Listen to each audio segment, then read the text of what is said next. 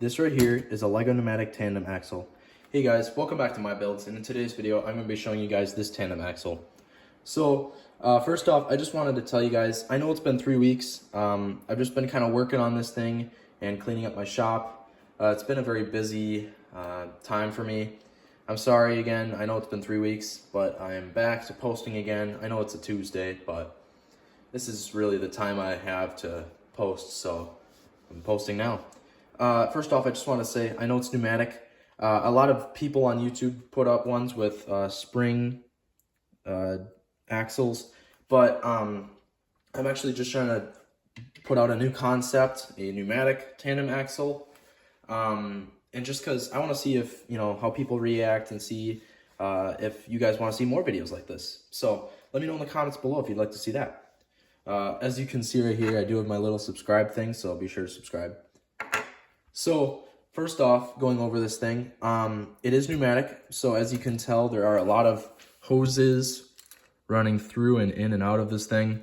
A switch on the back, I'll talk about that later. These 2 cylinders here, and then these 4 cylinders all around on the front. On the bottom here, it is a 4-wheel driven trailer axle kind of thing. I don't know what to call this, honestly. You guys let me know. It is driven by this universal joint, runs to this gear, then this differential right here turns these 2 gears. Then it rotates through this gear down the axle to this differential, which is placed the opposite direction, opposite faced, because if it was the same direction, these 2 wheel sets would spin the opposite ways. And so that's why I have this one set this way and this one this way. And then of course this gear here.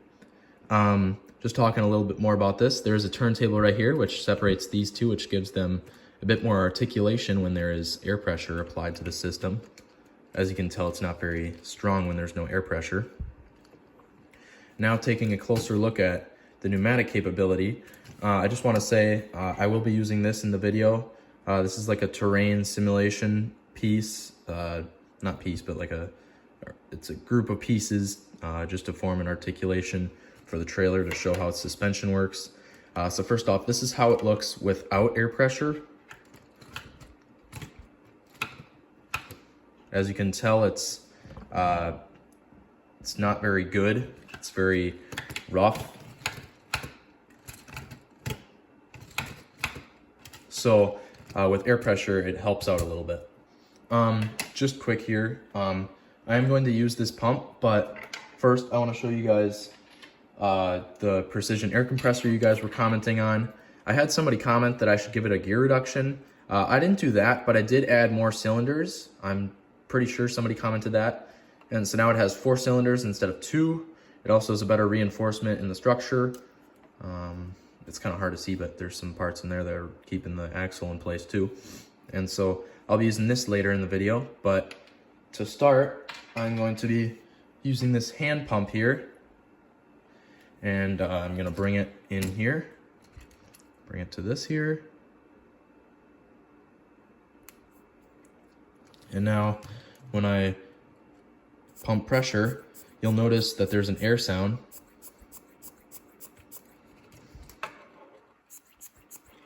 Now what I gotta do is flip the switch to, oh boy, sorry about that guys. Flip it to the farthest, and that will inflate the rear cylinders. And then put it to middle, and that forces the air pressure to fill the front cylinders. And give it a little more air pressure than it needs. And then pop this black pin in here. And as you can see, it does have a lot better suspension articulation. In the rear, it's a little bit harder, so I'm gonna use both hands, or not both hands, but I'm gonna use my hand on both parts of it. It also is very resilient, so that's always a plus. So yeah, just showing with the suspension now. Once in a while, these cylinders up here make like an air noise that's similar to when this switch is on this input. Just that air hissing noise that makes, and that's because for some reason my cylinders up front like to leak a lot, and so I have to refill them a lot. But yeah, that's I don't know what to do about that, honestly. I might honestly buy some Green Gecko Workshop parts, so let me know if you'd like to see that. I'm also considering for this next part here, getting, instead of having my bulky battery box that rarely works right. See, it's got a green indicator on, but it's not even on. It's weird. This is why you don't buy Chinese off-brand. I'm considering getting the Boo-Wiz, I believe that's how you pronounce it. Sorry if I'm pronouncing it wrong. 3.0, or the 2.0 even. Because that would be a really great addition to my electronics Lego stuff. It'd help me motorize stuff. I could probably even motorize the Raptor. You know, I could probably motorize that. So let me know if you'd like to see that. And I guess where I would put that on this trailer is I'll put that battery right here. And then I would have like a overhang, and then there'd be the trailer hitch. Or of course, if this was a semi, then I wouldn't have that at all. I would just have something different. So going back to the pneumatic systems though, if I empty this out, there we go. I'm gonna take this off. And now I'm gonna be showing you guys my pneumatic compressor stuff.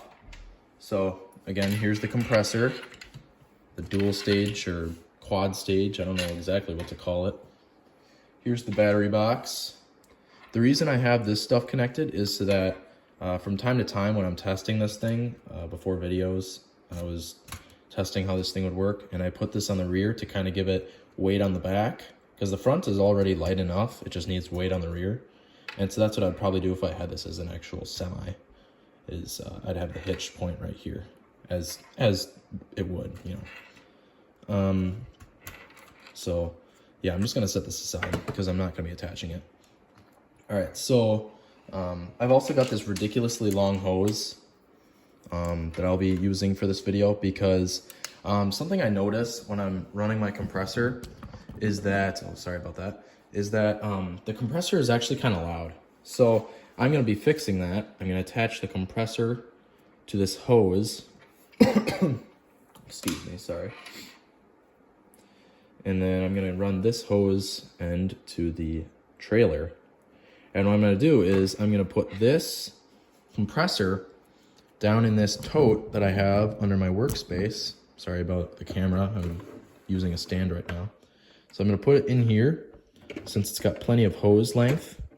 And I'm also going to put the battery box in there. So let's put that in there. Actually, I don't need this extension. All right, just like that. And now when I turn this on and close it, can barely hear it. So that's always good. And now air is coming in. And now if I inflate the rear cylinders, as you can see, it is slowly lifting. And then put it to the front.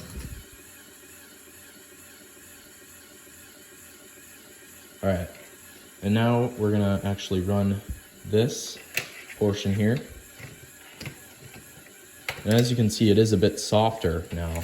With the front axle there, it's a lot softer. I'm gonna turn that off, hold on. I don't wanna fry the battery box. There we go. So, as you guys can see though, here, I'll bring it in a little closer. There. As you can see, it is a bit softer now in the front. The rear is always gonna be kind of hard, just because that's where most of the load is gonna be. And so that's why it's good to have weight pressure in the rear and just kind of a lighter pressure in the front. I know I didn't point this out when I had it flipped over. Sorry if I didn't. I have a set of ball joint parts. Here, hold on a second. Turn my camera up. Okay. I have these ball joint parts here connected to this part here, just to kind of stabilize it during articulation. It just kind of helps it keep in place. When I was first building this, I didn't have these here, and this portion here would go like this, and it would sway and it would hit the parts of the trailer, and I didn't want that, so it's good that I had that. So now going back to what's actually useful. I'm gonna disconnect the compressor And, you know, no, I'm not. I don't know why I'm saying that. So I'm gonna run it again. Hold on a second, guys. Oh, my bad. There we go. So now it's running and it's emptying. So now if I turn it all the way, again, filling. And if I fill it all the way, you guys are gonna see how tall this thing actually gets.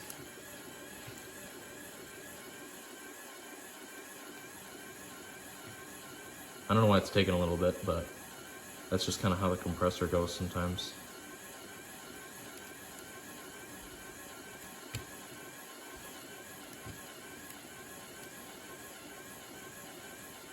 Okay, and now, oh, it's still filling.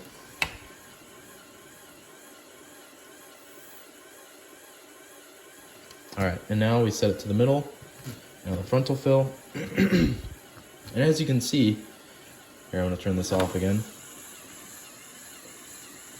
There we go. As you can see, it actually has a higher end point on the back, and that's just because, again, with the weight, it will be equalized on this trailer body. All right, so that's all I have for today's video, guys. Thank you so much for watching. If you have any ideas for me farther beyond this, let me know in the comments below. I'd really appreciate more ideas, and I really appreciate people that reach out and tell me, hey, you can improve this, and hey, you can do this, because I really do appreciate people who help me out with this stuff. So yeah, thank you guys so much for watching. Be sure to like, share, subscribe, and I'll see you guys in my next video.